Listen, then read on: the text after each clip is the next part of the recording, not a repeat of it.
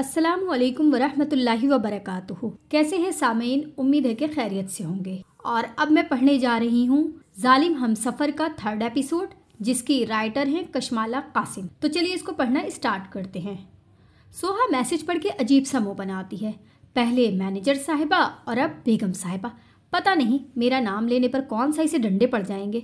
सोहा मुँह में बड़बड़ाती है। अब लिख तो सकती नहीं थी, इसीलिए खुद से ही कह देती है, जी पहुंच गई हूँ। वो मैसेज टाइप करके मोबाइल डेटा ऑफ करती आराम से लेट जाती है। वो इतनी थक चुकी थी कि नींद उस पर जल्दी मेहरबान हो गई थी। इलाही बख्श मेरा खाना कहाँ है? दुखान डाइनिंग टेबल पर बैठा गुस्से से इलाही बख्श को आवाज़ लगाता है। साहब जी आपके सामने हैं। इलाही बख्श फौरन उससे आता उसके सामने इशारा करता है जहाँ पालक की डिश रखी होती है। मुझे ये नहीं खाना, कुछ और लेकर आओ फौरन। वो बेजारी से मुँह बनाकर कहता है, साहब जी आप मुझे बता दें, मैं ले आता हूँ। मुझे खाना ही नहीं खाना। मैंने कितनी बार कहा है कि मुझसे पूछ कर बनाया करो जो बनाना हो, फिर आज क्यों नहीं पूछा? वो गुस्से से खड़े होकर सामने रखा पानी का जग उठाकर ज़मीन पर मारता है, जिससे इलाही बख्श के साथ सब मुलाजिम कांप जाते हैं। मौफी साहब जी आइंदा ध्यान रखूंगा। वो उसके सामने सर नीचे करे कहता है। तुम दुखानों से अभी और कुछ भी बोलना था कि उसके मोबाइल पर कॉल आ जाती है, जिसे देखकर वो इलाही बख्श को भेजकर मोबाइल कान से लगाता है। जी बाबा। वो दोबारा कुर्सी पर बैठकर 2 उंगलियों से सर दबाते हुए बोलता है। कॉल क्यों नहीं उठा रहे थे? मैं बिजी था, आपको कोई काम था? वो बेपरवाह सा कहता है। ये तुम्हें क्या हो गया है? तुम क्यों पहले की तरह होते जा रहे हो?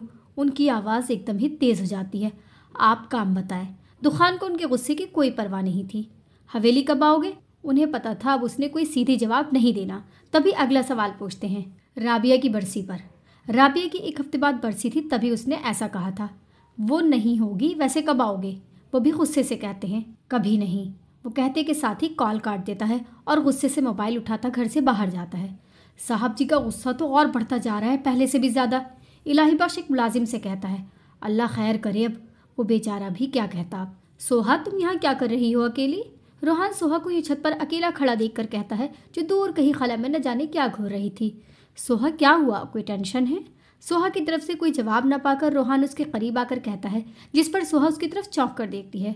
नहीं भाई कोई टेंशन नहीं है, बस दिल घबरा रहा था तो सोचा यहाँ खुली फजा में आ जाऊँ। वो मुस्कुराते हुए उसे कहती है, आज दुखान और सोहा के निकाह को 15 दिन गुजर चुके थे और इन 15 दिनों में वो उसके सामने जाने से परहेज भी कर रही थी, न जाने क्यों।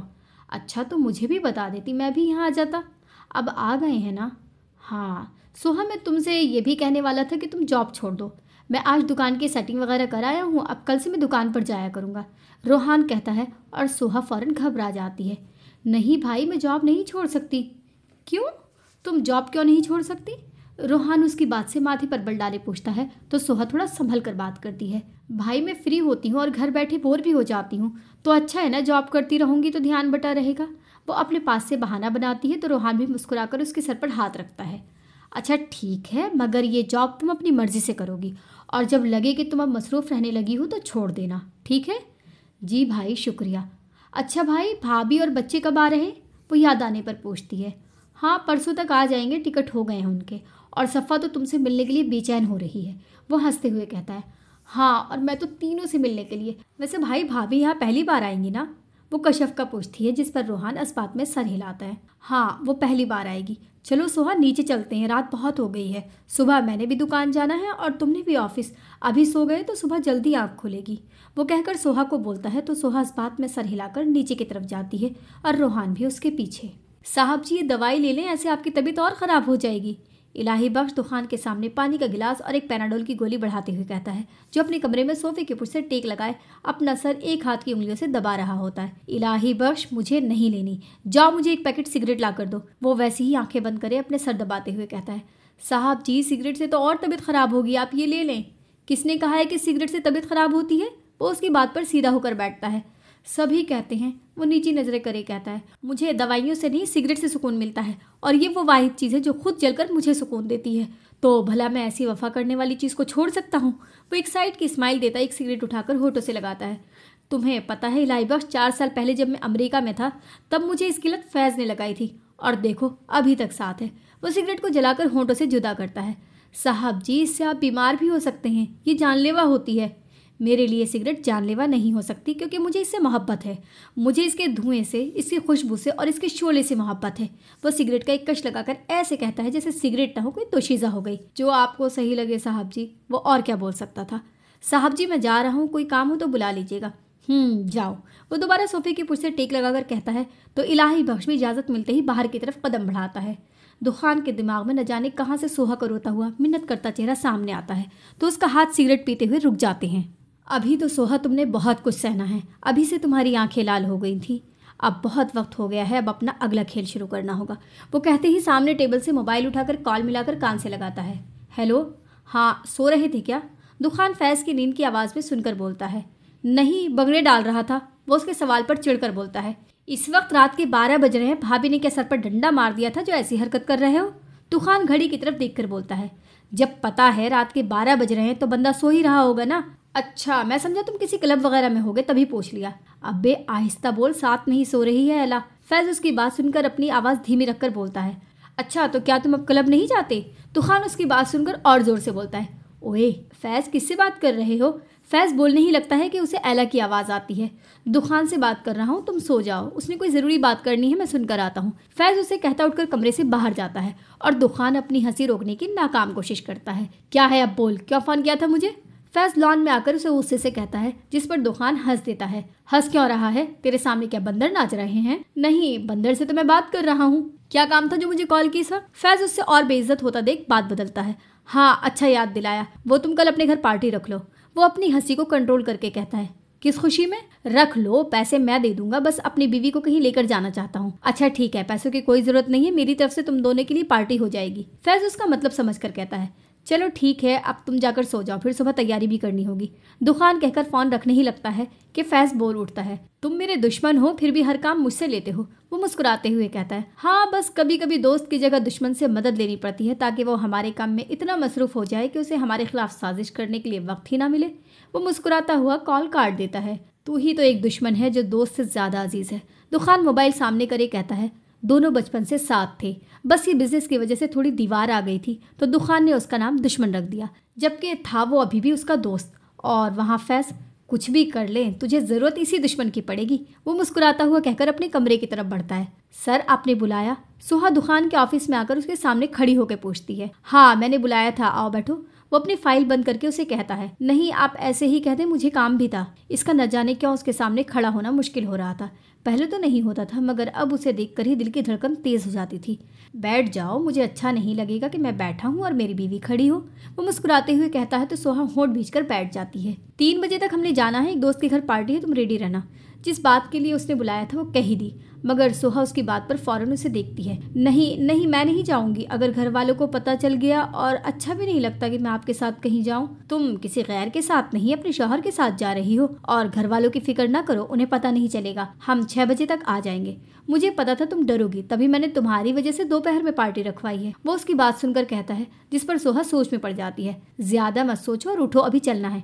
वो उसे सोचों में देखकर खड़ा होता है। क्या मतलब अभी चलना है? अभी तो 12 बज रहे हैं, 3 बजने में तो बहुत वक्त है अभी।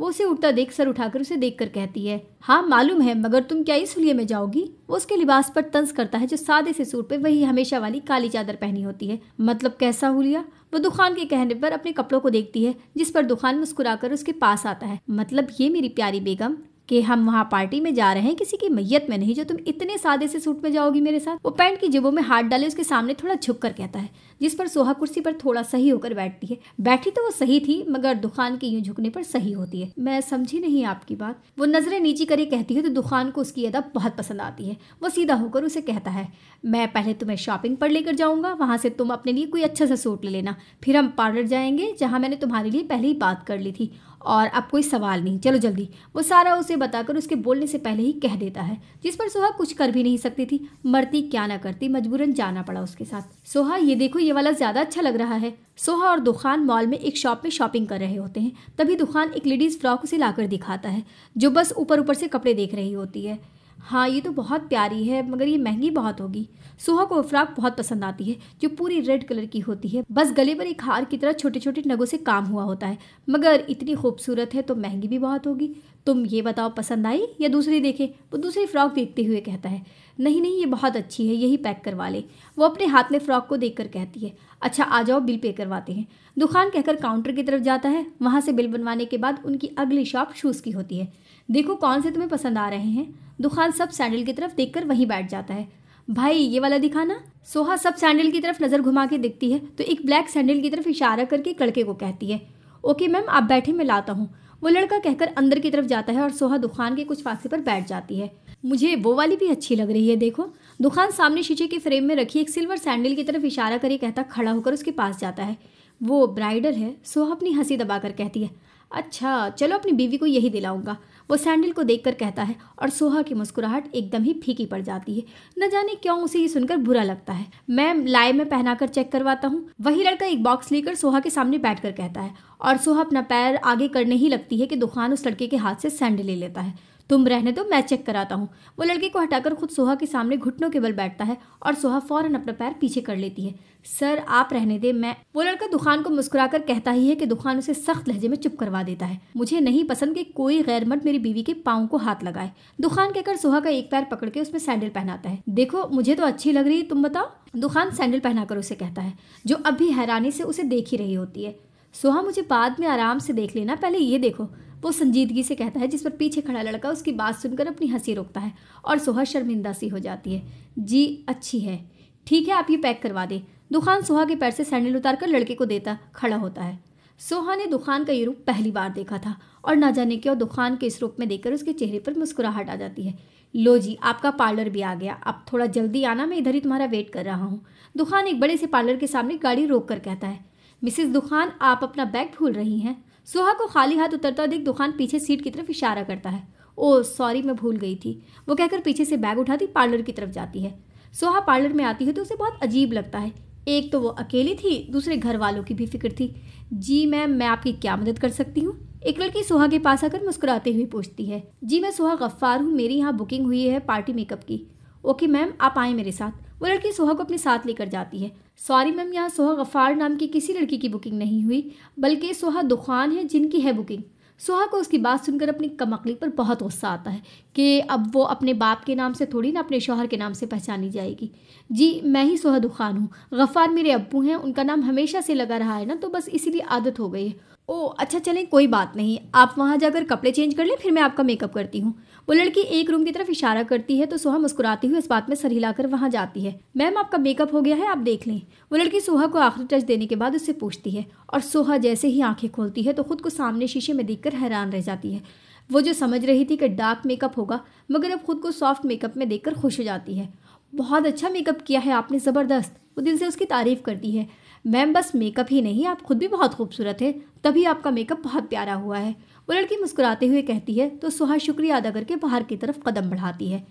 यार क्या मुसीबत है, अभी तक आई क्यों नहीं? मैं पागल हूँ जो कब से इंतज़ार कर रहा हूँ। दुकान जो कब से बैठा थक गया था, तंग आकर गाड़ी से उतरता पार्लर की तरफ जाता ही है कि वहाँ से सोहा आती नजर आती है, जिसे देखकर वो दोबारा गाड़ी की तरफ जाता है। सोहा जो समझ रही थी कि किसी फिल्म की तरह दुकान उसे देखकर फ्रीज हो जाएगा, अब उसे ऐसे वापस जाता देख उसका दिल टूट जाता है।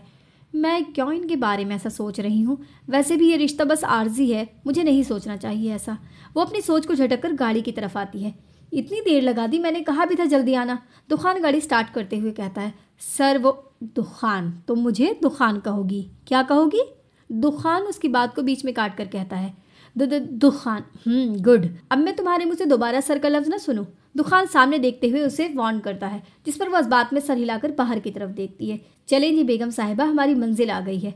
दुकान गाड़ी एक बड़े से बंगले के सामने रोककर सोहा को मुखातिब करता है, जो बाहर की तरफ देख रही होती है। आप मेरा नाम क्यों नहीं लेते? कभी मैनेजर साहिबा तो कभी बेगम साहिबा कहते हैं, क्यों? वो आज उससे पूछ ही लेती है और दुकान उसके सवाल पर मुस्कुरा देता है। मैनेजर साहिबा इसलिए क्योंकि एक दफ़ा आपने मुझे मेरी ही कंपनी के मैनेजर बनकर डांटा था, और बेगम साहिबा इसलिए क्योंकि आप मेरी मनकूहा हैं। आप मेरा नाम भी तो ले सकते हैं, यूँ तर्ज करना ज़रूरी है। आज न जाने कहाँ से उसमें इतनी हिम्मत आ गई थी कि दुकान के सामने बोल रही थी, क्योंकि मुझे तुम्हारा नाम पसंद नहीं है। तभी वो कंधे उचका के बोलता गाड़ी से उतरता है। अजीब ही इंसान है, इतना प्यारा नाम तो है मेरा। वो दुकान की गाड़ी से उतर जाने के बाद बड़बड़ाती है, तभी उसके साइड का दरवाज़ा खुलता है। इसमें अजीब की क्या बात है बेगम साहिबा? नाम अच्छा नहीं लगता तो नहीं लगता। दुकान उसकी बड़बड़ाहट सुन चुका होता है, तभी कहता है और सोहा शर्मिंदा सी बगैर कुछ कहे गाड़ी से उतरती है। वो दोनों साथ ही फैज के बंगले में दाखिल होते हैं कि सोहा की नज़र लॉन में जाती है। यकीनन पार्टी का इंतजाम लॉन में ही किया होता है, जहाँ बहुत से लड़के लड़कियाँ खुशगप्पियों में मसरूफ होते हैं। वेलकम मिस्टर एंड मिसेस दुखान। फैज जो कुछ लड़कों के साथ खड़ा बातें कर रहा होता है, दुखान और सोहा को आता देख मुस्कुराता हुआ उनके पास आता है। थैंक यू, दुखान भी खुशदिली से जवाब देता है, जबकि सोहा बस मुस्कुराने पर ही इत्तफाक करती है। अस्सलाम वालेकुम दुखान भाई, कैसे हैं आप? और ये आपकी वाइफ है? एला उनके पास आकर दुखान को सलाम करते सोहा की तरफ दिखती है। जी, ये मेरी वाइफ है सोहा दुखान। दुखान सोहा की तरफ देखकर बोलता है तो एला भी आगे होकर उसे हक करती है। बहुत अच्छा लगा आपसे मिलकर सोहा, मैं फैज की वाइफ हूँ। वो सोहा से अलग होकर कहती है तो सोहा को भी वो प्यारी सी लड़की बहुत अच्छी लगती है, जो ब्लू कलर की मैक्सी में बहुत ही खूबसूरत लग रही होती है। शुक्रिया, मुझे भी अच्छा लगा आपसे मिलकर। दुखान भाई, अगर आप बुरा ना माने तो मैं सोहा को अपने साथ अंदर ले जाऊँ? यहाँ बोर हो जाएगी ये। एला दुखान से पूछती है तो सोहा दुखान की तरफ देखती है। दुखान एक नज़र सोहा को देखकर इस बात में सर हिलाता है तो एला मुस्कुराते हुए उसका हाथ पकड़ के अंदर की जानिब जाती है। हाय बॉयज, कैसे हो? दुखान जो सोहा को जाता हुआ देख रहा होता है अपनी अक्ल से आवाज़ पर मुड़कर देखता है। अरे फैज, तुमने इस जाली डॉक्टर को भी बुलाया है? दुखान समद को देखकर मुस्कुराते हुए कहता है, जिस पर समद बुरा सा मुंह बनाता है। जब भी बोलना कड़वा ही बोलना। सोहा तुम बहुत प्यारी हो, दुखान भाई को भी उनकी टक्कर की बीवी मिली है। एला हंसते हुए कहती है तो सोहा बस मुस्कुरा देती है। उसे कुछ भी अच्छा नहीं लग रहा था, उसे बस अपने घर जाना था। वो हर थोड़ी थोड़ी देर बाद घड़ी पर नज़र डाल रही थी, जिसमें अभी 5 बजने में भी आधा घंटा था। क्या करूँ, वो 5 तो बजने वाले हैं। हाँ, दुखान को जाकर कहती हूँ कि अब चलते हैं, वैसे भी बहुत वक्त हो गया है। वो खुद से ही सोचती उन लड़कियों के ग्रुप से थोड़ा साइड पर होती है और मोबाइल निकालकर दुखान को फ़ोन मिलाती है। दुखान जो फैज़ और समद के साथ खड़ा बातें कर रहा था, सोहा का फ़ोन आता देख माथे पर बल डालकर अंदर की तरफ देखता है, जहाँ लड़कियों के कुछ फासले पर सोहा खड़ी कान से फ़ोन लगाए होती है और उसका चेहरा देखकर लग रहा था उसे अपने घर जाने की लग रही होगी। दुखान थोड़ा सा साइड पर होकर मुस्कुराता हुआ फ़ोन यस करके कान से लगाता है, मगर देख सोहा की तरफ रहा होता है, जो परेशानी से अपने नाखून खा रही होती है। हेलो, क्या हुआ बेगम साहिबा? दुखान उसकी तरफ देखता मुस्कुराता हुआ कहता है, जिस पर सोहा उसके बेगम साहिबा कहने पर फ़ोन कान से हटाकर घूरती है। उसे पता नहीं होता कि दुखान उसे देख रहा है, वरना वो ऐसा कभी न करती। उसकी इस हरकत पर दुखान की मुस्कुराहट और गहरी हो जाती है। मुझे घर जाना है, 6 यूं ही बज जाएंगे। और फ़ोन को कान से लगाकर कहती है, हाँ तो बच जाएं, इसमें क्या है? वो बेपरवासा कहता है, आपने कहा था कि हम 6 बजे से पहले ही आ जाएंगे। हाँ तो चलते हैं, सब्र करो। तुम तो ऐसे डर रही जैसे तुम सिंड्रेला हो। अगर 6 बज गए तो मेरी जो गाड़ी बाहर खड़ी है वो कड्डू बन जाएगी और तुम अपने पुराने वाले हुलिये में आ जाओगी। वो उसकी बात पर हंसते हुए कहता है, जिस पर सोहा एक ठंडी आह भरती है। काश मैं सिंड्रेला होती, जैसे ही 6 बजते मैं अपने पुराने वाले हुलिये में आ जाती। मुझे अभी ये फिक्र तो नहीं होती ना कि मैंने अभी अपने पुराने वाले हुलिये में भी आना है। अरे यार, मैं तो भूल ही गया, तुमने अभी अपने कपड़े भी तो चेंज करने हैं। दुखान को उसकी बात से फ़ौरन याद आता है। जी, तभी मैं कह रही हूँ। अच्छा तुम वहीं रुको, मैं आता हूँ। दुखान कहकर फ़ोन काटता उसकी तरफ जाता है। सोहा, तुम्हारे कपड़े कहाँ हैं? वो उसके पास आकर पूछता है तो सोहा अपने बैग की तरफ इशारा करती है, जो उसके हाथ में ही होता है। अच्छा चलो मेरे साथ। वो उसका हाथ पकड़ के सीढ़ियों की तरफ जाता ही है कि सोहा उससे अपना हाथ छुड़वा लेती है। क्या हुआ? दुखान को उसका यूं हाथ छुड़वाना बिल्कुल अच्छा नहीं लगता। हम ऊपर क्यों जा रहे हैं? वो घबराते हुए पूछती है, जिस पर दुखान को गुस्सा आ जाता है। चलो मेरे साथ। उसका हाथ पकड़े ऊपर की तरफ जाता है। ये आप मुझे रूम में क्यों लाए हैं? दुखान उसे एक रूम में लाया होता है, जिसे देखकर वो खौफजदा सी हो जाती है। लो भला, अब ये भी बताओ कि रूम में क्यों लाया हूँ? वो पैंट की पॉकेटों में हाथ डाले उसकी तरफ बढ़ता हुआ कहता है, जिस पर सोहा अपने कदम पीछे की तरफ लेती है। देखें, आपने कहा था कि ये निकाह कागजी होगा और अब आप वादा खिलाफी नहीं कर सकते। वो थूक निकलकर मुश्किल से उसे उंगली दिखाते हुए कहती है। अच्छा, मैंने ऐसा कहा था, मगर मुझे तो याद नहीं पड़ता। वो कंधे उचकाता हुआ उसकी तरफ आहिस्ता आहिस्ता बढ़ता है। आप वादा खिलाफी नहीं कर सकते, अल्लाह आपको कभी माफ़ नहीं करेगा। मैं सही सोचती थी आपके बारे में कि आप हवसपरस्त इंसान हैं। जो अपनी बकवास बंद करो। तुम्हारी हिम्मत कैसे हुई मेरे बारे में इतनी घटिया सोच रखने की? तुम खुद को समझती क्या हो? क्या बस तुम ही दुनिया में हसीन लड़की बची हो जिसकी मैं तलबगार होगा? अरे तुम जैसी लाखों लड़कियां मेरे आगे पीछे घूमती हैं। अभी एक नोट की गड्डी फेंकू ना, न जाने कितनी लड़कियां मेरे कदमों में गिर जाएं। वो शदीद गुस्से में उसका मुंह दबोच कर कहता है, जिससे सोहा पीछे दीवार से लग जाती है। छोड़े मुझे। वो बहुत मुश्किल से बस इतना ही बोल पाती है। सोहा को लगता है अगर अभी उसका हाथ उसके जबड़े से नहीं हटा तो उसका जुबड़ा ही टूटकर बाहर आ जाएगा। आइंदा के बाद मेरे बारे में अगर ऐसी सोच रखी या फिर मेरे सामने ऐसी बकवास की तो मैं तुम्हारे साथ वो करूंगा जिसका तुम तसव्वुर भी नहीं कर सकती।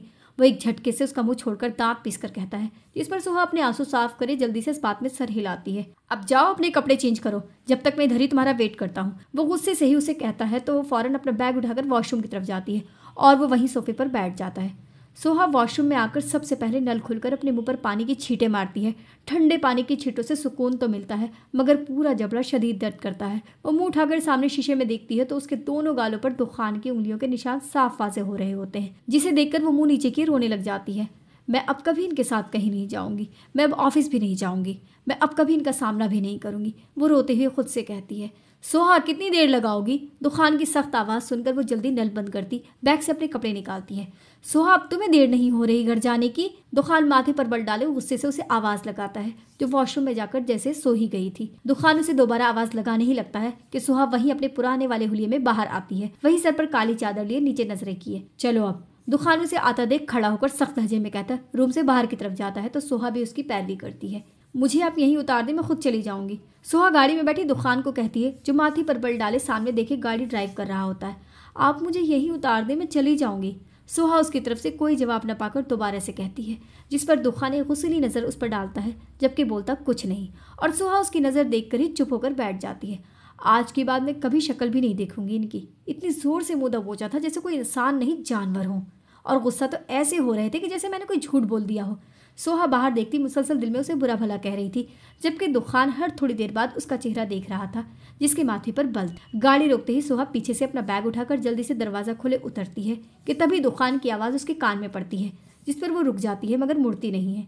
कल टाइम पर ऑफिस आ जाना, देर नहीं होनी चाहिए, वो उसकी पुश्त को देखे कहता है, जिस पर सोहा कोई जवाब दिए बगैर आगे की तरफ बढ़ जाती है। मिसेस दुखान का गुस्सा इंटरेस्टिंग, वो मुस्कुराता हुआ कहता गाड़ी आगे बढ़ा देता है। सोहा, इतनी देर लगा दी, टाइम देखा है क्या हो रहा है? सोहा जैसे घर में दाखिल होती है तो आसिया उसे देखकर ही शुरू हो जाती है। अम्मी, अभी तो आई हूँ, बैठने तो दें। वो अपना बैग सोफे पर फेंक कर बैठती है। आसिया बेगम, अभी तो मेरी बेटी आई है, सांस तो लेने दो। गफ़ार भी आसिया को कहते हैं। अच्छा, नहीं कहती आपकी बेटी को कुछ? सोहा, चलो हाथ मुँह धो लो, खाना लगा देती हूँ। तुम्हारे बाप भाई ने भी खाना नहीं खाया। क्या आप लोगों ने खाना नहीं खाया? मगर क्यों? अब्बू, आप तो खा लेते, पता है ना आपको दवाई लेनी होती है। वो आसिया की बात सुनकर फौरन सीधे होकर बैठती है। तुम्हें पता है हम तुम्हारे बगैर नहीं खाते खाना, फिर भी पूछती हो? रोहान कहता है तो मुस्कुरा देती है। अच्छा चले, फिर 5 मिनट वेट करें, मैं फ्रेश होकर आती हूँ, वो कहती खड़ी होकर कमरे की तरफ जाती है। बच्चे और कशफ कब पहुँचेंगे कल? गफ्फार रोहान से पूछते हैं। अब्बू, कल शाम 4 बजे तक। चलो भाई, अब मेरा इंतज़ार भी ख़त्म हो जाएगा, गफ्फार साहब मुस्कुराते हुए कहते हैं। दुखान वॉशरूम से फ्रेश सा तौलिए से बाल रगड़ते हुए बाहर आता है तो उसे सबसे पहला ख्याल सोहा का आता है। उसकी रोती हुई आंखें, उसका उसके गुस्से से डर जाना, और सबसे ज़्यादा उसके गाल पर उसकी उंगलियों के निशान जो उसने गाड़ी में देखे थे। वो किसी सोच के तहत मोबाइल उठाकर बेड पर आता है और सबसे पहले साइड दराज से अपनी महबूब यानी सिगरेट निकालकर उसे होठों में दबाकर लाइटर की मदद से उसे जलाता है। फिर सिगरेट को होठों से जुदा करे मोबाइल उठा एक नंबर डायल करता है। उसे सिगरेट किसी महबूब की तरह अजीज थी, तभी तो उसे किसी कीमत पर नहीं छोड़ता था। सोहा खाना खाकर सब घर वालों के साथ बैठकर अब अपने कमरे में सोने के लिए आई थी और आते ही बेड पर गिरने के अंदाज में लेट गई थी। उफ, कितना दर्द कर रहा है मेरा मुंह। उसे अब अपना दर्द याद आया था। वो तो शुक्र था कि निशाना मध्यम हो गया था, वरना अगर घर वाले पूछ लेते तो बेचारी क्या जवाब देती। मैं तो नहीं जा रही ऑफिस, इतने जालिम है। बंदा फ़ोन करके सॉरी ही बोल देता है, मगर वो अभी उसके शान में बोल ही रही होती है कि उसका मोबाइल रिंग करता है, जिसे वो बेजारी से मुंह बनाकर उठाती है। मगर जब मोबाइल सामने करती है तो दुकान का नंबर देखकर करंट खाकर उठती है। इनकी कितनी लंबी उम्र है, अभी नाम लिया और कॉल भी आ गई। वो कहकर मोबाइल उठाती है, लेकिन इससे पहले अपने माथे पर बल लाना नहीं भूलती। अभी तक सोई नहीं बेगम साहिबा? दुखान उसके मोबाइल उठाने पर पीछे बेड से टेक लगाकर सिगरेट को होंठों से जुदा करके कहता है। जी, अभी सोने ही लगी थी कि आपकी कॉल आ गई, और प्लीज़ मुझे इन अजीब नामों से मत पुकारा करें। सोहा थोड़ा रूखेपन से बोलती है, जिस पर दुखान मुस्कुरा जाता है। किस नाम से पुकारूं तुम्हें? क्या नाम है तुम्हारा? मैनेजर साहिबा, वो आखिरी लफ्ज़ पर जोर देकर बोलता है, जिससे सोहा को और गुस्सा आता है। कोई काम था आपको जो कॉल की? वो सख्त लहजे में पूछती है। इतना गुस्सा? क्या रात के खाने में शोले खा लिए थे जो इतना गुस्सा आ रहा है बेगम साहिबा को? वो उसको और चिढ़ाता है। नहीं, मगर न जाने क्यों आपका ख्याल आते ही गुस्सा आने लगता है। अच्छा, तो फिर मुझे प्यार से सोचा करो, फिर गुस्सा नहीं प्यार आएगा। वो अपनी हंसी दबाकर बोलता है। ये नामुमकिन है, और जो हरकत आज आपने की है उसके बाद तो सवाल ही पैदा नहीं होता। अच्छा, तो गुस्सा इस वजह से है? मैं समझा न जाने मुझे गरीब से ऐसा क्या गुनाह हो गया जो बेगम नाराज़ हो गई हैं। तो खान सिगरेट का एक कश लगाकर कहता है, क्या आपने जो आज किया वो आपके सामने कुछ नहीं है? मुझसे पूछिए, आपने इतनी ज़ोर से मेरा मुंह दबोचा था, अभी तक आपकी उंगलियों के निशान हैं मेरे गाल पर। वो गुस्से से कहती है, जिससे दुकान भी हैरान होकर सीधा बैठता है। सोहा, तुम अपने अल्फाज पर भी तो गौर करती कि तुमने मुझे क्या कहा था? तुमने मुझे एक हवस परस्त इंसान कहा था। वो थोड़ा नरम लहजे में कहता है, मैंने कुछ गलत भी नहीं कहा था। अब जिन नज़रों से मेरी तरफ देख रहे थे, मैं क्या, अगर वहाँ कोई और भी होता तो उसके भी यही अल्फाज होते। आज तो वो सोहा लग ही नहीं रही। आज तो दुखान एक नई सोहा से मिल रहा था। उसे बिल्कुल यकीन नहीं आ रहा था कि ये वही सोहा है जो उसके सामने चू तक नहीं करती थी। वो अब कैसे उसे सुना रही थी। दुखान दुर्रानी, मैं आपसे एक बात कहना चाहूँगी। मैं भले ही आपकी कुछ महीने की बीवी हूँ, मगर आपकी बीवी हूँ, तो जब तक आपके निकाह में हूँ तो आप पर फ़र्ज़ है कि आप मुझसे इज्जत से पेश आएँ। मुझे उम्मीद है आप मेरी बात समझ गए होंगे। सोहा कहती है। उसका जवाब सुने बगैर ही फ़ोन काट देती है और दुखान हैरत से अपना कान से मोबाइल हटाकर देखता है। चिड़िया में इतनी ताकत के बाज से ऊंचा उड़े। कोई बात नहीं चिड़िया, बाज तुम्हें दबोच लेगा। वो अपने हाथ में ली हुई सिगरेट का आखिरी कश लेकर उसे साइड टेबल पर रखी एस्ट्रे में रगड़ता है। ये हाल करूंगा तुम्हारा बेगम साहिबा। पहले तो मैं तुम्हें छोड़ने वाला था, मगर अब अपने भाई के बाद तुम्हें अपनी भी हर गलती की सज़ा भुगतनी पड़ेगी। वो इतने गुस्से से सिगरेट को रगड़ता है कि उसकी गर्दन की नसें भी तन जाती हैं। दुखान की आंख उसके चेहरे पर पड़ने वाली सूरज की किरणों की वजह से खुलती है। वो आंख खोल के खिड़की की तरफ देखता ही है तो इलाही बख्श पर्दों को साइड पर कर रहा होता है। वो अपने ऊपर से कंफर्ट हटाता उठकर बैठता है और सबसे पहले अब मोबाइल उठाता किसी को मैसेज टाइप करता है। इलाही बख्श नाश्ता लगाओ, नींद में भारी आवाज़ में कहता मोबाइल दोबारा रखकर वॉशरूम की तरफ जाता है, जबकि इलाही बख्श इस्बात में सर हिलाता बाहर की तरफ जाता है। सुहाज ऑफिस नहीं जा रही? आसिया उसे किचन में आता देख पूछती है। नहीं, आज दिल नहीं कर रहा, वो चाय का पानी चढ़ाते हुए कहती है। तबीयत तो ठीक है ना? जी अम्मी ठीक हूँ, बस वैसी थकन की वजह से दिल नहीं कर रहा। अच्छा, तुम जाओ कमरे में, जब तक मैं लाती हूँ नाश्ता। वो उसके हाथ से माचिस लेकर कहती हैं। नहीं अम्मी, मैं कर लूँगी, आप जाओ, मैं लाती हूँ। वो उसकी बात काटते हुए कहती हैं तो उसे भी मजबूरन जाना पड़ता है। वो कमरे में आती है तो वैसे ही मोबाइल उठाकर देखती है कि दुखान के नंबर पर नज़र जाती है जिसने कोई मैसेज भेजा होता है। वो नासमझी से माथे पर बल डाले मैसेज ओपन करती है। उठ गई बेगम साहिबा, अब जल्दी से रेडी होकर ऑफिस आ जाओ। सुहास का मैसेज पढ़कर गुस्से में मैसेज टाइप करती है और मोबाइल ज़ोर से अपने बेड पर मारती है, मगर फिर फ़ौरन ही झुककर उसे पकड़ती है क्योंकि मोबाइल बेड पर ज़ोर से लगने के बायस ज़मीन बोस होने वाला था।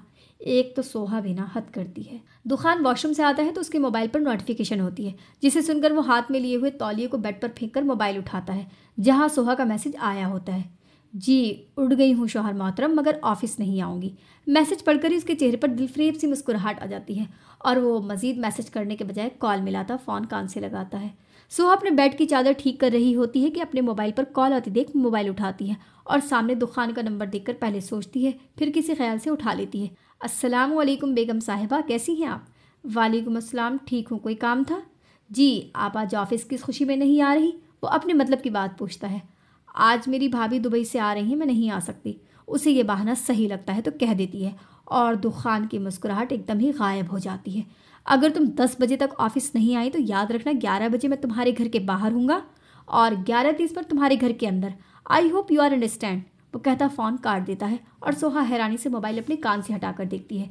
सोहा, ये लो बेटा, नाश्ता कर लो। आसिया नाश्ते की ट्रे लाते हुए कहती है। अम्मी, मुझे देर हो रही, मैं ऑफिस जा रही हूँ, वहीं पर नाश्ता कर लूँगी। वो कहती जल्दी से वॉशरूम में जाती है। अब दुखान का भरोसा भी तो नहीं है ना, अगर आ गया तो वो क्या कहती घर वालों को कि कौन है ये। अरे पहले तो मना कर रही थी, ये लड़की भी कितनी अजीब है बिल्कुल। आसिया कमरे से जाते हुए कहती चली जाती हैं। सोहा, तुम्हें दुखान सर अपने ऑफिस में बुला रहे हैं। सोहा जैसे ही कंपनी में दाखिल होती है तो रिसेप्शन में बैठी लड़की सोहा को देखकर कहती है, मुझे? पर क्यों? वो अपनी तरफ उंगली करके पूछती है। पता नहीं, बस ये कहा था कि मिस सोहा आए तो उन्हें मेरे ऑफिस में भेज देना। वो लड़की कंधे उचका के बोलती अपने काम में लग जाती है और सोहा धड़कते दिल के साथ दुकान के ऑफिस का रुख करती है। सर, मैं सोहा जब ऑफिस के अंदर झांक कर इजाज़त मांग रही होती है तो देखती है कि ऑफिस खाली होता है। वो एक नज़र पीछे देखकर ऑफिस में दाखिल हो जाती है। ये कहाँ चले गए? शायद मीटिंग में गए होंगे। वो खुद से सोचती थोड़ी आगे आती है तो नज़र सामने टेबल पर जाती है जहाँ एक रेड रोज़ का बुके और एक केक रखा होता है। सोहा नसमझी से थोड़ी और आगे आकर देखती है तो हैरान रह जाती है क्योंकि केक पर जो लिखा था वो उसके लिए यकीन करना बहुत मुश्किल था। सॉरी सोहा बेगम, वो ज़ेर लब केक पर लिखे गए अल्फाज दोहराती है। ये मेरे लिए, मगर वो कह रही होती है कि दरवाज़ा खुल जाता है। ओ, बेगम साहिबा आ गई हैं, चले, अच्छी बात है, शौहर का हुक्म मानना चाहिए। दुकान दरवाज़ा बंद करता मुस्कुराता हुआ अंदर आता है। ये केक मेरे लिए है? सोहा अभी भी हैरानी से अपनी तरफ इशारा करे कहती है, जिस पर दुकान थोड़ा सा आगे आकर केक को देखता है। मेरे ख्याल से सोहा आप ही का नाम है और मेरी बीवी भी आप हैं, तो जाहिर सी बात है आपके लिए ही होगा ना। वो मुस्कुराता हुआ कहता सामने कुर्सी पर बैठता है। मगर ये सोहा बैठो, तुम्हें आज अपने दिल की सारी बात बताना चाहता हूँ, प्लीज़ पूरी सुन लेना, बीच में मत बोलना। दुखान नज़रें नीची करे कहता है तो सोहा नासमझी से बैठ जाती है। जी, पहले तो कल के लिए केक जो मैंने तुम्हें तकलीफ दी थी। और दुखान बोलकर चुप होता है। और सोहा उसके चुप होने पर पूछती है तो दुखान एक नज़र उसे देखता खड़ा होता है और टेबल पर रखा बुके उठाकर सोहा के कदमों के पास बैठता है। I love you Soha. पता नहीं मगर मुझे तुमसे मोहब्बत हो गई थी। शायद तब जब तुमने मुझे चोर कहा था। मुझे समझ नहीं आ रही थी कि तुम्हें कैसे हासिल करूं। फिर मेरे पास यही एक ज़रिया था तुम्हें हासिल करने का, और देखो मेरी मोहब्बत सच्ची थी, तभी तुम आज मेरे निकाह में हो। वो इतने प्यार से उसे देखकर कहता है और सोहा तो मुंह खोले हैरानी से उसे देख रही होती है कि आखिर ये बोल क्या रहा है। सोहा, क्या तुम मेरे साथ अपनी तमाम जिंदगी गुजारना चाहोगी? वो उसे कुछ ना बोलता देख दोबारा से फूल थोड़ा आगे करके कहता है, जिस पर सोहा पहले तो उसे देखती है, फिर फौरन से उठकर जाने लगती है तो दुखान उसका हाथ पकड़ लेता है। सोहा, मेरे सवाल का जवाब देकर जाओ। मैं कैसे? मेरा मतलब, उसे समझ नहीं आता कि क्या कहे। सोहा, मैं अपने घर वालों को तुम्हारे घर भेजूंगा बहुत जल्द, ताकि वो हमारी शादी की बात आगे कर सकें और तुम बेफिक्र हो जाओ, हमारे निकाह का किसी को कुछ पता नहीं चलेगा। वो उसके दोनों हाथ पकड़े अपने सामने करे कहता है, जिस पर सोहा नीचे नजरें कर लेती है। सोहा, जवाब दो, ऐसे चुप तो ना रहो। दुखान इतने प्यार से कहता है कि सोहा के चेहरे पर मुस्कुराहट आ जाती है और वो होली से इस बात में सर हिलाती है, जिस पर दुखान खुश हो जाता है। सच सोहा, तुम राजी हो? तुम सारी जिंदगी मेरे साथ रहोगी ना? तुम सिर्फ मेरी रहोगी ना? जी मैं राजी हूँ आपके साथ सारी ज़िंदगी गुजारने के लिए, मगर अभी मैं आपकी बस मनकूहा हूँ। तो तुमने मुझे इतना कमज़ोर समझा है कि मैं जब तुमसे मिलूंगा तो बहक जाऊंगा। सोहा, तुम्हें मुझ पर यकीन करना होगा। मैं इस रिश्ते को हमेशा पाक रखूंगा। मुझे भी पता है कि तुम मेरी मनकूहा हो, बीवी नहीं। तो बोलो, करती हो अपने दुखान पर यकीन? दुखान कहकर उसकी आंखों में झांकता है, जिस पर वह इस बात में सर हिलाती है। जी मुझे यकीन है अपने दुखान पर, वह शर्माते हुए कहती है। ओ, तो बेगम साहिबा शर्माती भी हैं? दुखान उसे देखकर शरारत से कहता है। नहीं, मैं क्यों शर्माऊंगी? वो उसे हाथ छुड़वाते हुए कहती है। अच्छा चलो, तुम कहती हो तो मान लेता हूँ। वो पीछे टेबल से अपनी कमर लगाकर कहता है। जी अब मैं जाऊँ? उसे वाकई शर्मा रही थी उसके सामने खड़े होने पर, तभी कहती है, हाँ अच्छा सुनो। दुखान पहले उसे इजाज़त देता है, फिर कुछ याद आने पर उसे रोकता है। जी अगर कोई परेशानी हो तो तुम मुझसे शेयर करोगी, और कोई चीज़ चाहिए हो तो वो भी मुझसे कहोगी, ठीक? वो उसे कहता है तो सोहा मुस्कुराकर इस बात में सर हिलाती बाहर चली जाती है और दुखान उसके जाने के बाद टेबल पर रखे फूल उठाता उसकी खुशबू को अपने अंदर उतारता है। बकवास खुशबू है, इन फूलों से अच्छी तो मेरी सिगरेट की खुशबू है। वो बुरा सा मुंह बनाकर सिगरेट उठाता होठों से लगाता है और उसे जलाकर एक कश लेता आंखें बंद करता है। ये है ना असल खुशबू। वो मुस्कुराता हुआ दोबारा सिगरेट को होठों से लगाता है। अजीब ही पसंद थी इसकी, फूलों की खुशबू से जहर, जबकि सिगरेट की बदबू से महबूब लगती थी। भाभी आपको पाकिस्तान कैसा लगा? सैफ सफ़ा को गोद में लिए पूछता है। रोहान कशफ और बच्चों को शाम 4 बजे ले आया था और अब सब घर वाले रात का खाना खाने के बाद बातें कर रहे थे। सैफ का मकल, भाभी इधर ही की हैं, इन्हें तो अच्छा ही लगेगा ना पाकिस्तान।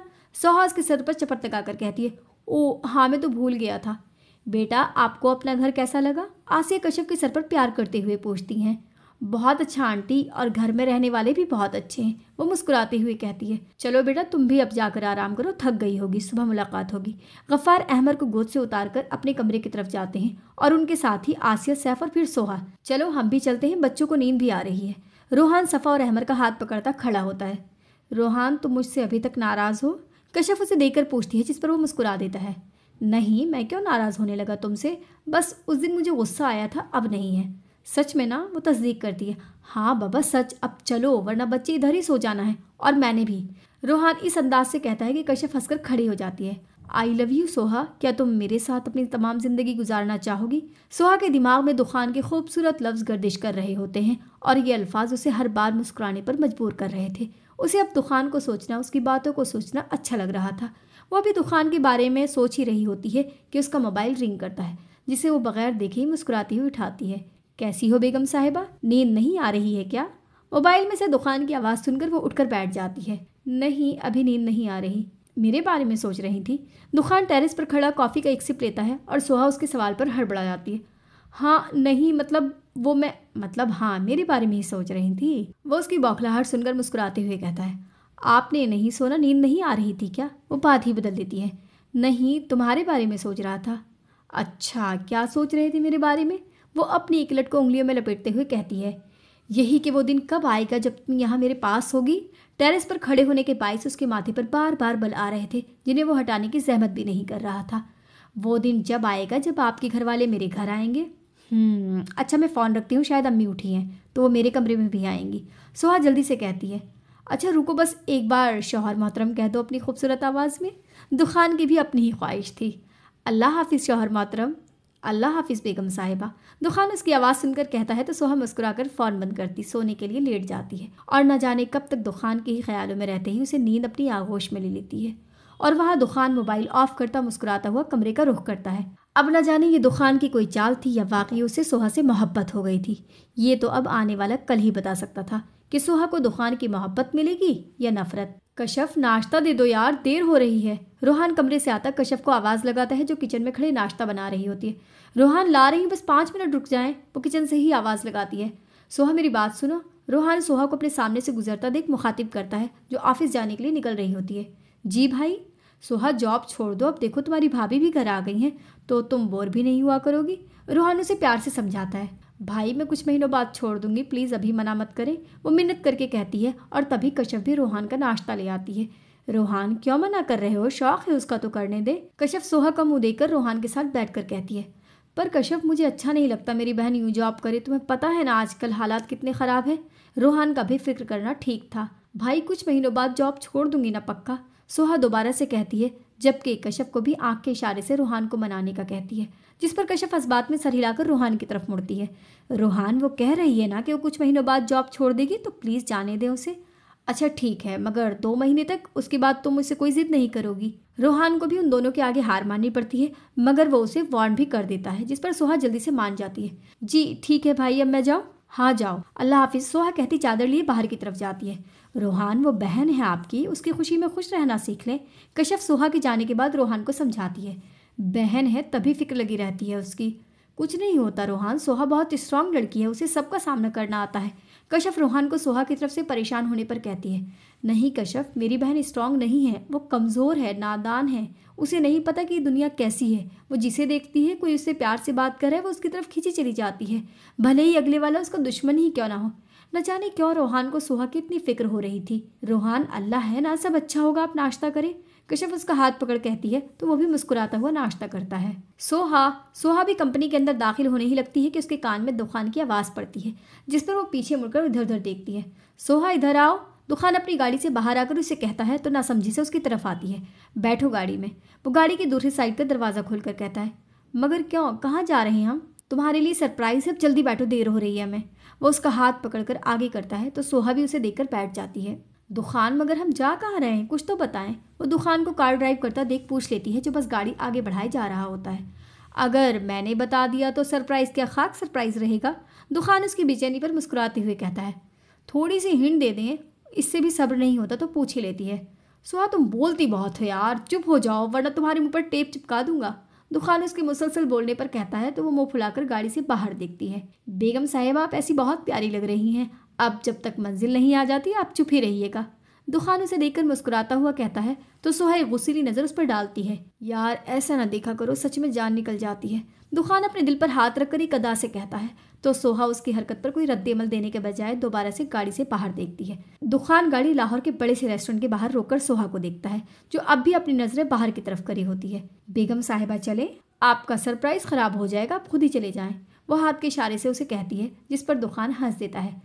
सोहा सरप्राइज तुम्हारे लिए ही है, चलो मेरे साथ, देखना तुम कितनी खुश होगी। वो गाड़ी से उतरता बाहर आकर सोहा की तरफ का दरवाजा खोलता है और उसकी तरफ अपनी हथेली बढ़ाता है, जिसे सोहा एक नज़र दुखान को देखकर थाम लेती है। तुम्हें पता है सोहा, ये मेरा फेवरेट रेस्टोरेंट है, मैं अक्सर यहाँ आता रहता हूँ। वो उसके साथ चलता हुआ मुस्कुराते हुए कहता है और उसकी मुस्कुराहट इतनी दिलकश होती है कि उनके सामने से गुजरती लड़कियों का ग्रुप भी उसे देखने पर मजबूर हो जाता है। आगे जाने पर सारी लड़कियां दुखान को मुस्कुराते हुए मुड़कर देखती हैं, जो आंखों पर काला चश्मा लगाए, वाइट टी शर्ट पर ब्लू पैंट पहने किसी शहजादी से कम नहीं लग रहा था। सोहा जो उन लड़कियों को देख चुकी होती है, अब जब उन्हें पीछे मुड़कर देखती है तो वो लड़कियां अब भी दुखान को मुड़कर देख रही होती हैं और सोहा उन्हें देखकर गुस्से से दुखान के बाजू में अपना हाथ डाल देती है। आइंदा के बाद इतना तैयार होकर मत आइएगा, वो सामने से मुंह करे माथे पर बल डाले कहती है।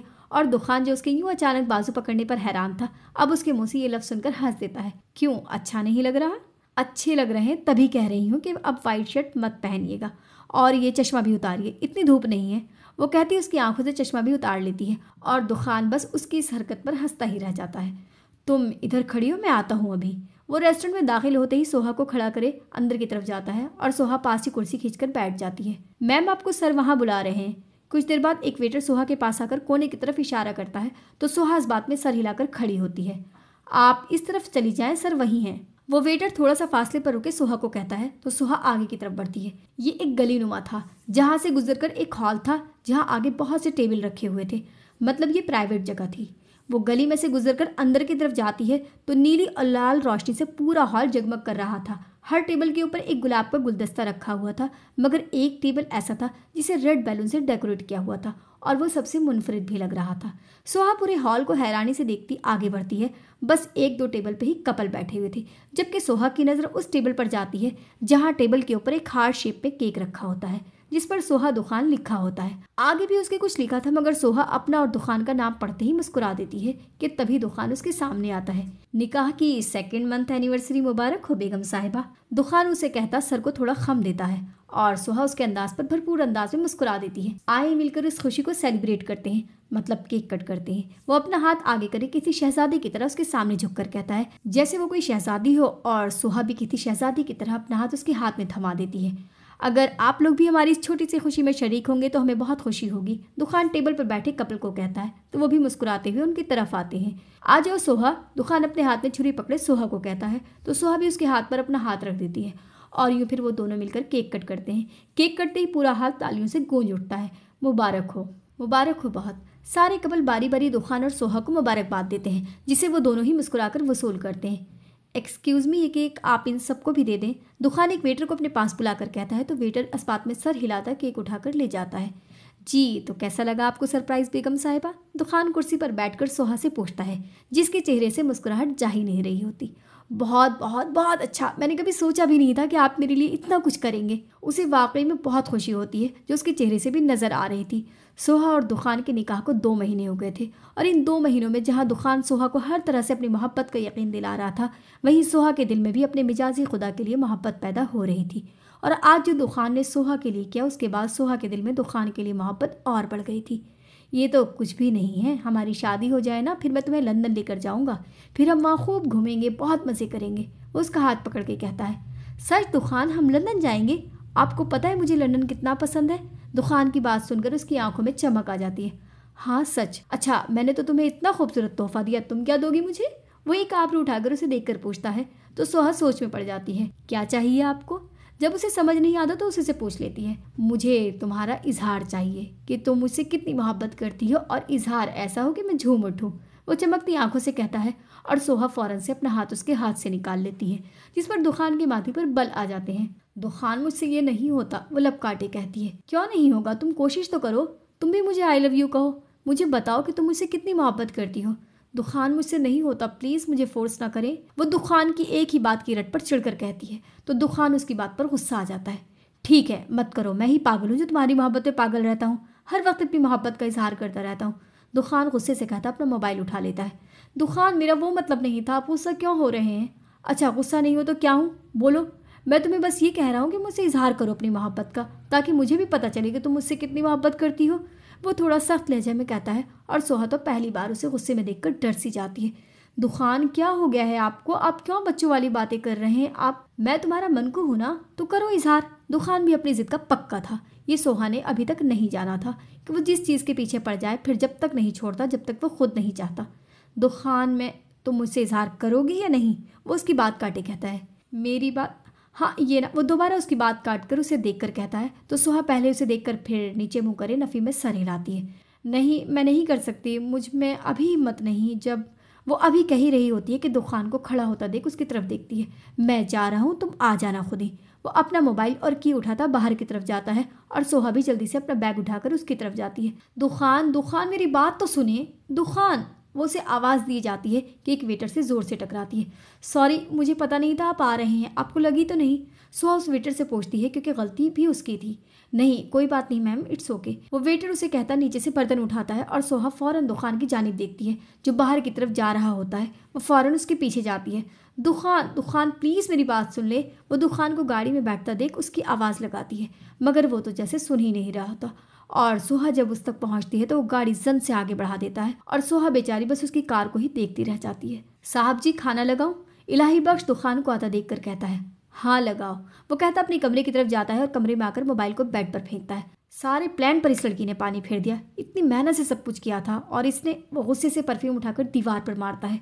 वो ऐसा ही था, जब उसे गुस्सा आता वो चीज़ों पर उतारता था, जो भी हाथ लगे, चाहे वो लाख की ही क्यों ना। तुम्हें इजहार तो करना होगा सोहा, वरना मेरा तुमसे निकाह करने का क्या फ़ायदा। इलाही बख्श खाने की ट्रे लाकर कहता है, इसे वापस ले जाओ, मुझे नहीं खाना, और ये कमरा भी फ़ौरन साफ़ करो। वो कहता कमरे से बाहर निकल जाता है और अब उसकी अगली मंजिल राबिया का कमरा था।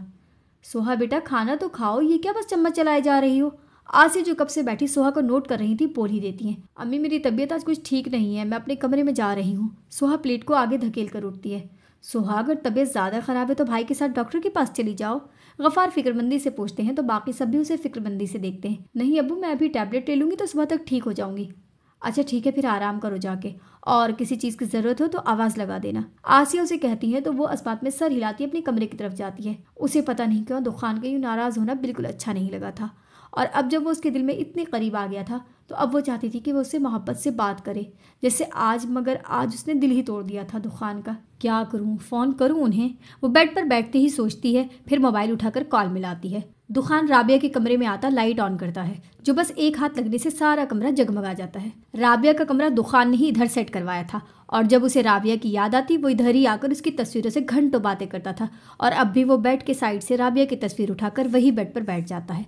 राबिया, मैंने सोहा से निकाह कर लिया है, जैसे रोहान ने तुम्हें तकलीफ दी थी मैं भी उसकी बहन को ऐसी ही तकलीफ दूंगा। तुम तो मर गई थी, मगर मैं उसे मरने नहीं दूंगा। तुम्हें पता है मैं उसके साथ क्या करूंगा? वो ऐसे बोल रहा था जैसे राबिया उसके सामने हो। मैं उसे खुद से मोहब्बत करने पर मजबूर करूंगा, और जब उसे मुझसे मोहब्बत हो जाएगी तो मैं रोहान की तरह उसे छोड़ दूंगा। वो शैतानी मुस्कुराहट के साथ कहता है। ये तो हुआ रोहान और उसके घर वालों का बदला, लेकिन सोहा का बदला भी बाकी है, जिसने मुझे थप्पड़ मारा था, जिसने मुझे हवस परस्त और न जाने क्या क्या कहा था। इन सब का बदला लूंगा मैं उससे। वो इतने गुस्से से कहता है कि उसके हाथ में पकड़ा फ्रेम भी चटक जाता है और राबिया की तस्वीर पर एक दरार से आ जाती। लेकिन मैं तुम्हें ये नहीं बताऊंगा कि मैं उसके साथ क्या करूंगा, लेकिन हाँ ये बता सकता हूँ कि उसके साथ वो करूंगा जो आज तक कभी किसी के साथ नहीं हुआ होगा। साहब जी, आपका मोबाइल बज रहा है कब से? इलाही बख्श कमरे से बाहर खड़ा ही कहता है तो दुखान राबिया की तस्वीर को दराज में रखकर बाहर की तरफ जाता है। किसकी कॉल थी? दुखान उसके हाथ से मोबाइल लेकर अपने कमरे की तरफ बढ़ते हुए पूछता है। साहब जी, किसी मैनेजर साहिबा का फोन था, इलाही बख्श कहता है, और दुखान के मोबाइल पर दोबारा कॉल आने लगती है, जिसे वो मुस्कुराते हुए उठाता है। हेलो दुखान, आप कहाँ थे? कब से कॉल कर रही हूँ? सोहा दुखान के फोन उठाने पर फौरन कहती है। क्यों कॉल कर रही थी? दुखान आगे से सख्त लहजे में पूछता है। दुखान अभी भी नाराज हैं? वो नरम लहजे में पूछती है। हाँ, वो सोफे पर बैठकर जवाब देता है। कैसे राजी होंगे आप फिर? इजहार मोहब्बत करो मुझसे। वही जवाब। दुखान, मुझसे नहीं होगा, सोहा लब काटते हुए कहती है। तो फिर भाड़ में जाओ, वो गुस्से में कहता है। ठीक है, फिर आप भी मेरे साथ चलें, आप खुद कहते थे कि जहाँ जाना हो मेरे साथ जाना। सोहा भी फौरन कहती है, हर जगह मेरा जाना जरूरी नहीं है, वहाँ तुम जैसे ही जाते हैं, तो खुद अकेली जाओ।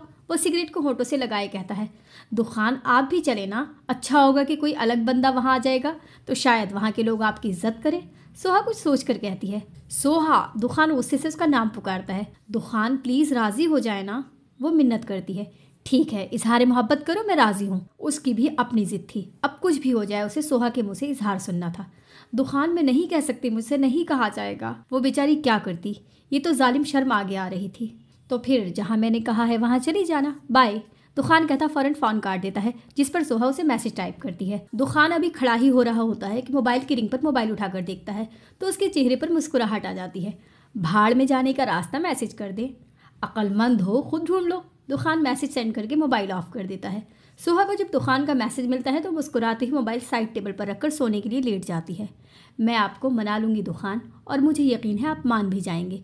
वो यही सोचते सोचते आंखें बंद कर देती है और कुछ ही देर में नींद उस पर मेहरबान हो जाती है। इलाही बख्श, इलाही बख्श। दुखान कमरे से बाहर आकर इलाही बख्श को आवाज़ लगाता है। जी साहब जी, मैंने जो मंगवाया था लाए हो? जी साहब जी, लाया हूँ, ये लें। इलाही बख्श उसके कहने पर अपनी जेब से एक छोटा सा बॉक्स निकालकर उसे देता है। काम करेगा ना ये? एंड टाइम पर धोखा ना दे। वो बॉक्स को उसके हाथ से लेकर उलट पुलट करके देखता है। साहब जी, पूरे 5,000 का है, काम नहीं करेगा तो दुकानदार 5,000 रुपये ऊपर से देगा। इलाही बख्श दुकानदार की बात दोहराता है तो दुखान भी बॉक्स को देखकर इस बात में सर हिलाता अपने कमरे की तरफ जाता है। दुखान कमरे में आकर बॉक्स को टेबल पर रखता अलमारी की तरफ जाता है और वहां पर अलमारी खुलकर ठोड़ी पर हाथ रखे अलमारी के अंदर का जायजा लेता है। फिर जब अपने मतलब के कपड़े नजर आते हैं तो उन्हें लेकर वॉशरूम में जाता है और ठीक 5 मिनट बाद जब वो बाहर आता है तो उसने ब्लैक टी शर्ट पर ब्लैक ही पैंट पहनी होती है। वो आता सोफे पर बैठकर अपने लॉन्ग ब्लैक शूज़ पहनता खड़ा होता, शीशे के सामने जाकर अपने बालों में ब्रश करता है और फिर दराज खोलकर उसमें से एक ब्लैक कलर का रुमाल निकालकर उसे अपने मुंह पर नकाब की सूरत में बांधकर आईने में अपना जायजा लेता है। परफेक्ट। वो आईने में देखता है, एक आंख विंग करता अपने मोबाइल उठाकर बाहर की तरफ जाता है। अब न जाने वो क्या करने वाला था और इस बॉक्स में ऐसा क्या था जिसे वो इतना जांच रहा था। रोहान, एक बात पूछूं आपसे, अगर आप गुस्सा ना करें तो? कशफ अहमर को सुलाते हुए रोहान से पूछती है, जो अपने मोबाइल में कुछ देख रहा होता है। हाँ पूछो, क्या पूछना है? वो बगैर मोबाइल से नज़र हटाकर कहता है तो कशफ भी सीधी होकर बैठती है और बोलने के लिए अल्फाज तरतीब देती है। बोलो, क्या बात है? रोहान उसे खामोश देखकर मोबाइल से नज़र हटाता उसे देखकर कहता है, रोहान, मैं कह रही थी कि अगर हम एक बार राबिया से मिलने खानेवाल चलते हैं, देखते हैं वो कैसी है। और कशफ, अब इससे आगे एक लफ्ज़ भी मत कहना। मैंने तुम्हें कहा था ना कि अगर चाहती हो हमारे बीच कोई बदमज़गी ना हो तो राबिया का जिक्र मत करना। तो क्यों तुम उसे हर वक्त अपनी बातों में शामिल करती हो? रोहान उसकी बात को काटे गुस्से से कहता है। रोहान, हो सकता है वो ठीक हो, शायद अपने घर वालों की वजह से मजबूर हो, तभी उसने तुम्हें धोखा दिया हो। वो न जाने उसे क्या बताना चाह रही थी, क्या नहीं। अच्छा, अगर वो घर वालों की वजह से मजबूर थी तो उसने मुझे पहले ये क्यों कहा था कि तुम मुझे कशफ के घर से ले लेना? क्यों उसने कहा था कि हम कहीं दूर चले जाएंगे? अगर उसे एहसास होता ना अपनी फैमिली का तो मुझसे कभी ऐसी बात नहीं करती। रोहान अपने मोबाइल को ऑफ करे कशफ की तरफ मुड़ता है। तुम उससे मोहब्बत नहीं करते? मतलब अब करते हो उससे मोहब्बत? कशफ उसे जांच रही होती है। पहले करता था, मगर अब मुझे नफरत है उससे, और अगर तुमने ऐसी बात कही तो मुझसे बुरा कोई नहीं होगा। रोहान कहता गुस्से से कमरे से बाहर चला जाता है और कशफ बस उसे देखती ही रह जाती है। मुझे बता देना चाहिए रोहान को। नहीं नहीं, अभी नहीं, जब सफ़ा थोड़ी बड़ी हो जाएगी तब बता दूंगी, वरना अगर रोहान ने मुझे छोड़ दिया तो मैं कहाँ जाऊंगी? वो खुद से सोचती अपना सर दोनों हाथों में पकड़ लेती है। उसे खुद भी सुकून नहीं था और उसे ये भी नहीं पता था कि जिस राबिया से वो मिलना चाह रही है वो तो कब की मर चुकी है। दुखान अपनी गाड़ी रोककर बाहर का जायजा लेता है, जहाँ गली में बस एक पीला बल्ब लगा होता है और उसकी ही रोशनी आधी गली में फैली होती है। वो अपना मुंह पर लगा रुमाल दुरुस्त करके सामने शीशे में अपना जायजा लेता गाड़ी से उतरता है और कदम अपने मतलूबा घर की तरफ बढ़ाता है। उफ, अंदर जाने का रास्ता कहाँ से होगा? वो घर के सामने खड़ा पूरे घर का जायजा लेता है, फिर किसी ख्याल के तहत घर के बैक साइड पर जाता है। इस खिड़की से जा सकता हूँ। वो एक खिड़की देखकर कमर पर हाथ रखे खुद से ही कहता है। मगर कैसे? वो कहता नज़र इधर उधर घुमाता है तो उसे एक सीढ़ी नज़र आती है। हाँ, ये ठीक रहेगी। वो कहता उस सीढ़ी की तरफ जाता है, मगर जब उसे उठाने लगता है तो नज़र उस सीढ़ी की एक साइड पर लिपटी जंजीर पर जाती है। व्हाट नॉनसेंस यार, सीढ़ी को कौन ताला लगाता है? वो सीढ़ी को जंजीर की मदद से लॉक करे दे गुस्से से कहता है। फिर कुछ सोचकर एक पत्थर उठाकर उस छोटे से ताले पर मारता है, जो एक बारी में तो नहीं मगर 3-4 बार मारने पर टूट जाता है। थैंक गॉड, टूट गया। वो एक लंबी सांस लेकर सीढ़ी को उठाता उस घर की खिड़की के पास रखता है और जैसे ही चढ़ने लगता है तो सामने से कुत्ता आकर भौंकने लग जाता है। अबे यार, तुझे भी अभी आना था? अच्छा चुप हो जा, भौंक नहीं। वो कहता उसके सामने बैठकर उसके सर पर नरमी से हाथ फेरता है तो वो कुत्ता भी फौरन चुप होकर बैठ जाता है। गुड बॉय, अब मैं ऊपर जा रहा हूँ, अगर कोई आए तो तुमने मुझे भौंक कर बताना है, ठीक है? मैं समझ जाऊँगा कि कोई आ गया है। वो उसे प्यार से कहता ऊपर चढ़ता है और कुत्ता ऐसे आराम से बैठा होता है जैसे उसे दुकान की बात समझ आ गई हो। दुकान ऊपर आता एक नज़र नीचे देखता है, जहाँ कुत्ता अभी भी वैसे ही बैठा होता है। फिर वो आराम से खिड़की को खोलकर अंदर का जायजा लेता है। अंदर बस एक साइड लैंप की हल्की सी रोशनी कमरे में फैली होती है। वो आराम से एक सीढ़ी ऊपर चढ़ता खिड़की से अंदर कमरे में कूद जाता है और फिर आराम से खिड़की दोबारा बंद करता अंदर की तरफ आता है। अब जो करना है दुखान, जल्दी करना होगा। वो खुद से कहता ड्रेसिंग के सामने जाता है और फिर साथ में रखी एक कुर्सी उठाकर अपने सामने रखता उस पर खड़ा होता है और एक नज़र पीछे बेड पर लेटे वजूद पर भी डालता है। बस ऐसी आराम से सोती रहो बेगम साहिबा, ताकि मेरा काम हो जाए। वो सोहा को देखे दिल में कहता अपनी जेब से वही बॉक्स निकालता है जो उसने इलाही बख्श से मंगवाया था। वो उस बॉक्स को खोलता है तो उसमें से 3 छोटे छोटे खुफिया कैमरे निकलते हैं, जिनमें से एक तो वो कुर्सी पर खड़ा होकर दीवार की ऊंची साइड पर लगाता है, जबकि दूसरा ड्रेसिंग टेबल के ऊपर और तीसरा कुर्सी से उतरकर बेड के बिल्कुल सामने लगाता है। हाँ, हो गया काम, जल्दी से निकलना होगा। वो अभी खुद से कहता खिड़की की तरफ बढ़ ही रहा होता है कि सोहा को कुर्सी खींचने की आवाज़ आती है, जिस पर वो अपनी आंखें खोलती है तो कोई ब्लैक लिबास में बिल्कुल उसके सामने खड़ा होता है और उसे देखकर सोहा की तो सिट्टी ही गुम हो जाती है। भूत भूत, अम्मी भाई। सोहा अभी और भी लोगों के नाम पुकारती कि दुकान फौरन उससे आगे बढ़कर उसके मुंह पर हाथ रखता है। पागल हो क्या, मैं तुम्हें भूत लगता हूँ? वो उसके मुंह पर हाथ रखे गुस्से से कहता है। तो सोहा जो अपने मुंह से उसका हाथ हटा रही होती है, उसकी आवाज़ सुनकर एकदम सुन हो जाती है और गौर से उसे देखती है, जिसकी बस आंखें ही नज़र आ रही थी। दुखान उसे नॉर्मल देखकर उसके मुंह से नरमी से हाथ हटाता पीछे होता है, जबकि सोहा अभी भी उसे ऊपर से नीचे तक हैरानी से देख रही होती है। दुखान? वो डरते डरते पूछती है तो दुखान अपने मुंह से रुमाल हटाता है। हाँ, दुखान हूँ, और तुम मुझे भूत बना रही थी पागल लड़की। दुखान कहता उसके कुछ फासले पर बैठ जाता है। आप यहाँ क्या कर रहे हैं, वो भी इस वक्त? वो अपने हैरानी को साइड पर करके खड़े होकर कहती है, मैं देखने आया था कि मेरी नाराज़गी के बाद मेरी बीवी को कैसे नींद आती है, मगर यहाँ आकर तो पता चला कि मेरी बीवी तो गधे घोड़े बेचकर सो रही है। वो सामने से तकिया उठाकर उसे अपने बाजू के नीचे रखे लेटने के अंदाज में बैठता है। दुखान प्लीज़ चले जाएं, अगर कोई आ गया तो बहुत बड़ा मसला हो जाएगा, वो परेशानी से डरते डरते कहती है, क्योंकि सामने वाले का तो पता नहीं, मगर उसे अपनी इज्जत बहुत अजीज़ थी। अरे कोई नहीं आता, तुम बैठो इधर। वो उसका हाथ पकड़ के अपने सामने बिठाता है। दुखान देखें, अगर तुमने एक लफ्ज़ और कहा तो मैं यहीं सो जाऊँगा, वो उसकी बात काट कर कहता है। दुखान क्या? ओके, तुम्हारी मर्जी, वो कहता बैठ के दूसरे साइड पर लेट जाता है और सोहा मुंह खोले उसकी जुर्रत को देखती है। यार गर्मी बहुत है, एसी नहीं है क्या? वो थोड़ी देर लेटने के बाद अपने माथे पर से पसीना साफ करे कहता है, नहीं, अम्मी अब्बू के कमरे में लगा है, वो भी ख़राब हो गया है। तुम्हें गर्मी नहीं लगती? नहीं, अब आप जाएं प्लीज़ दुखान, वो उसके आगे हाथ जोड़कर कहती है। तो दुखान भी एक लंबी सांस लेकर खड़ा होता है। इंतहा की डरपोक और बदतमीज़ लड़की हो, अपने शौहर को सोने भी नहीं देती, वो अपने मुंह पर रुमाल बांधते हुए कहता है। तो सोहा बस चुप ही रहती है। उसके लिए यही बहुत था कि दुखान जा तो रहा था। अच्छा, तुमने मुझसे इजहार नहीं किया? वो जाता हुआ कुछ याद आने पर मुड़कर कहता है। दुखान मैं नहीं कर सकती, मुझे अच्छा नहीं लगता, वो नज़रें नीची करे कहती है, जबकि एक नज़र दुखान को भी देखती जो माथे पर बल डाले उसे देख रहा होता है। तुम ये कहो कि तुम खुश नहीं हो मेरे साथ, तुम्हें मैं पसंद नहीं हूँ। नहीं दुखान, अगर ऐसा ही है तो मैं दे दूंगा तुम्हें तलाक।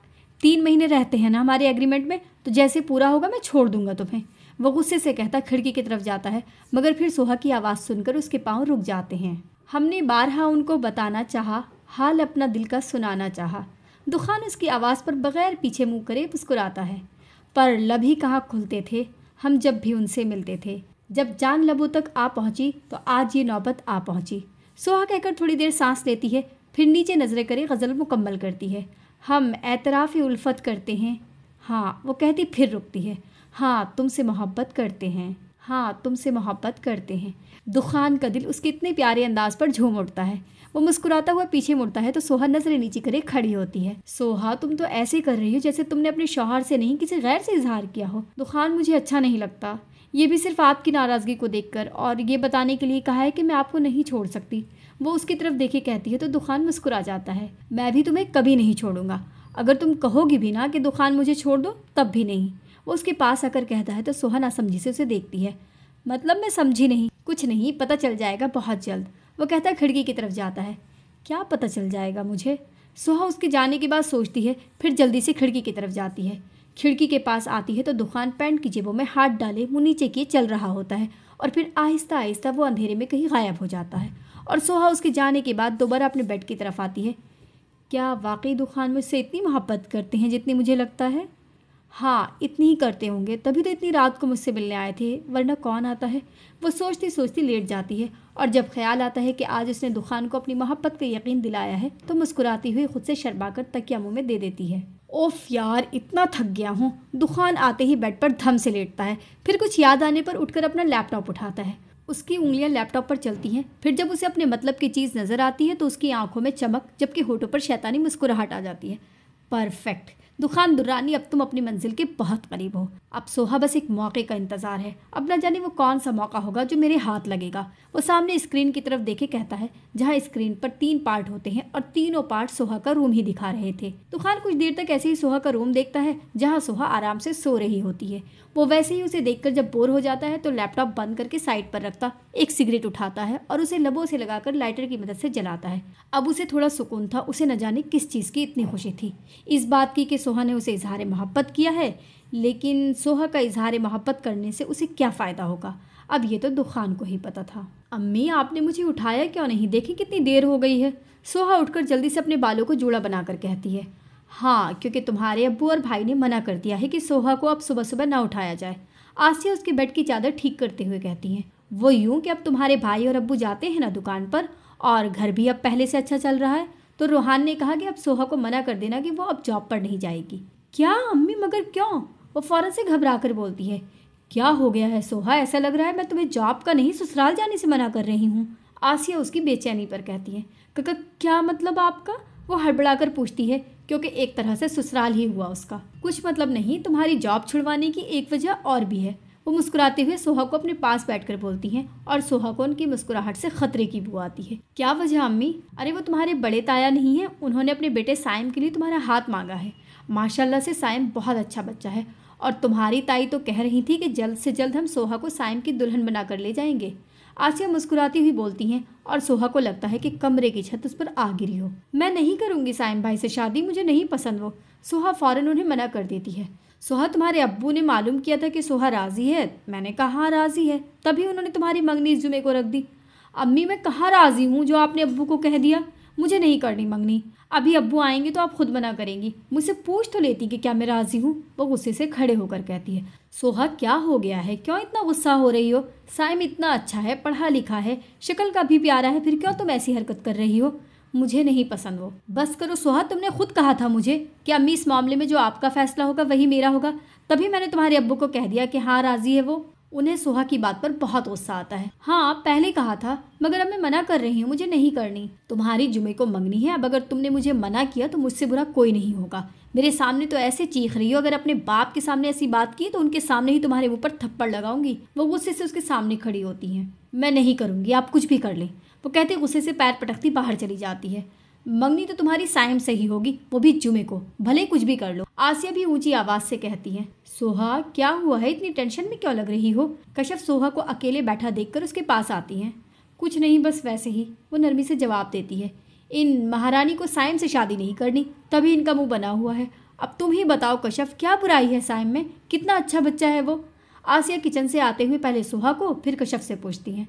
अच्छा, तो इस वजह से परेशान हो? ये भी कोई बात है परेशान होने वाली सोहा? साइम बहुत अच्छा है, मैं उससे बस 2 बार मिली हूँ, तभी मुझे अंदाजा हो गया कि वो तुम्हें बहुत खुश रखेगा। कश्यप आसिया की बात सुनकर सोहा को समझाती है तो सोहा एकदम चिढ़कर उठती है। मैंने कब कहा कि वो बुरे हैं? बस मुझे नहीं पसंद तो नहीं पसंद, मैं नहीं करूँगी उनसे शादी, और अब दोबारा मेरे सामने उसकी तारीफ मत कीजिएगा। सोहा कहती अपने कमरे की तरफ जाती है। वो तंग आ गई थी सुबह से साइम की लंबी लंबी तारीफें सुनकर। सोहा कमरे में आकर जोर से दरवाज़ा बंद करती है और आकर बेड पर धम से बैठती है। मैं कैसे किसी के निकाह में होकर किसी और से मंगनी कर सकती हूँ? मैं क्या करूँ? अल्लाह कोई रास्ता दिखा। वो रोते हुए खुद से कहती है। फिर किसी ख्याल के आने पर अपने आंसू साफ करे फ़ोन उठाती है। दुखान अपने ऑफिस में बैठा सिगरेट को होंठों से लगाए लैपटॉप की स्क्रीन को बड़े गौर से देख रहा था, जहाँ सोहा रोते हुए फ़ोन अपने कान से लगा रही थी, जबकि सोहा के रोने पर दुखान के माथे पर नासमझी से बल आ जाते हैं। ये रो क्यों रही है?